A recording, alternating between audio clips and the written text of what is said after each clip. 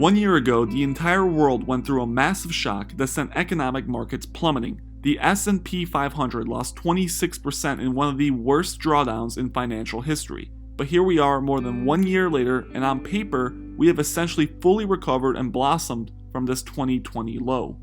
Unemployment rates are getting closer and closer to normal, bankruptcies are falling to record lows, and the stock market is at all-time highs. On the surface, this seems very good, but dig underneath and you'll uncover the biggest and most terrifying financial experiment in history, which could result in a new golden age, or it could potentially bring us to a chilling, dark age that we have never experienced before.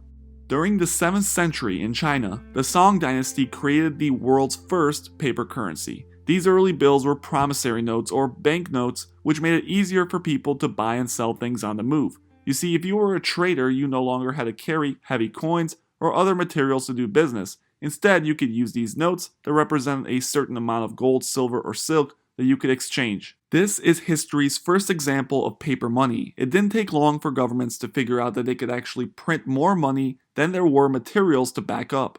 It's not like everyone was going to trade in their notes for gold all at once. Now the dynasty could use this extra printed money to finance things like infrastructure and the military. What those early Chinese leaders didn't know is that they were experimenting with one of the world's most revolutionary ideas, one that would change the path of history forever.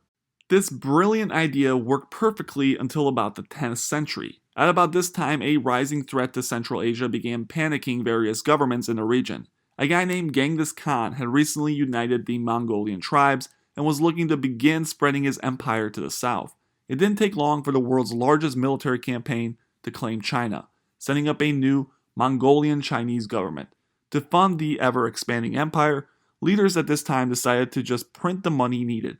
They figured that since they held a monopoly on all currency, they could do whatever they wanted with no repercussions. This was the world's first example of a true fiat currency, one not backed by commodities such as gold.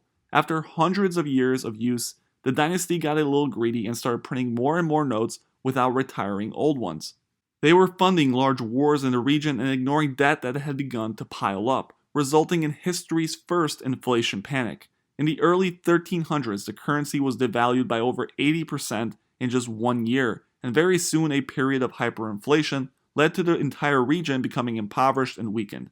The experiment was over, and so too were the golden years. Printing money to pay for your problems sounds too good to be true, and this instance proved what is an eventuality for similar cases throughout world history. In 1370, the entire empire collapsed, a failure rooted in inflation.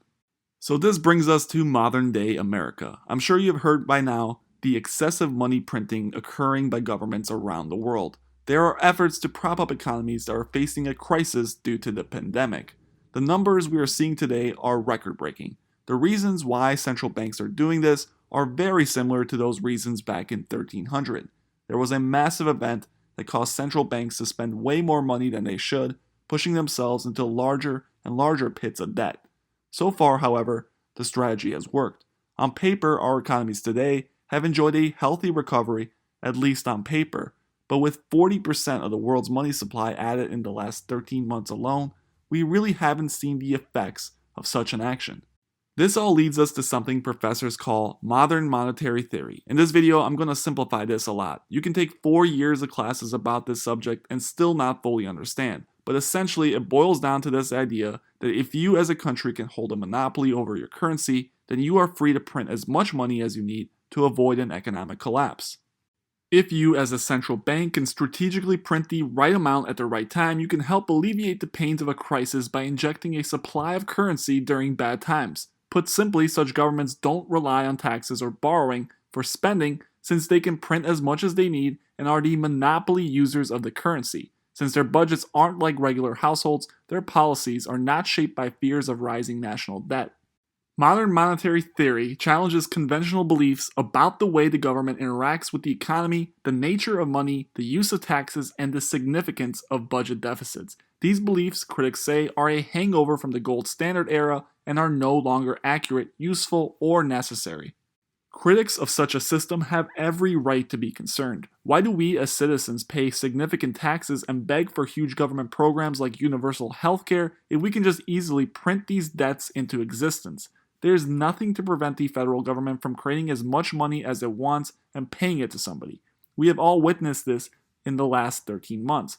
But history tells a different story that usually ends in two scenarios. One of which is that the money supply does indeed get highly controlled by the world's central banks, and economies around the world adapt to this new economic model. This actually has worked a few times. People love to reference Japan as one of the good examples, usually called Japanification. These countries have mountains of debt due to money printing, but yet never went through a true economic collapse.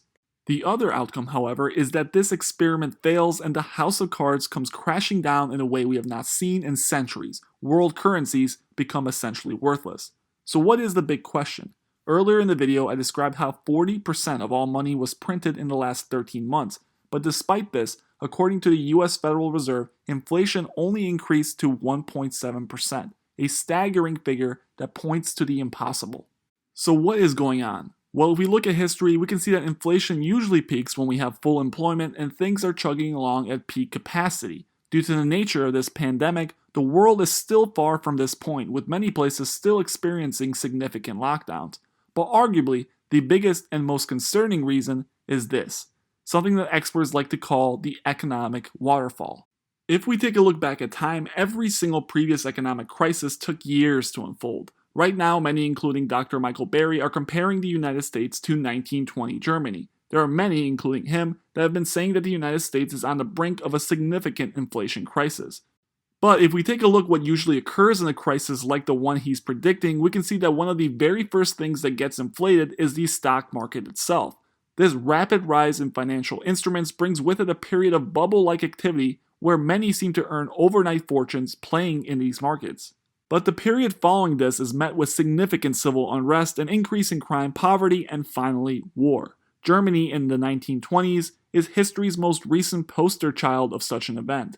Following World War I, Germany had significant debts to pay out, and began issuing currency to pay for these bills. Despite the significant printing, Germans really didn't feel their currency devalue in the first few years of this massive experiment. In fact, many found themselves carrying extra cash, and instead of spending it, they began speculating in the rapidly rising markets.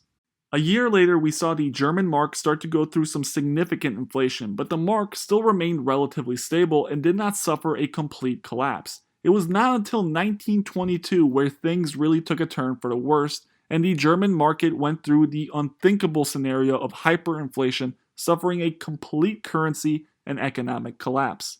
Now let's zoom out for a minute. It took Germany nearly 5 years of excessive money printing before things really took a turn for the worst.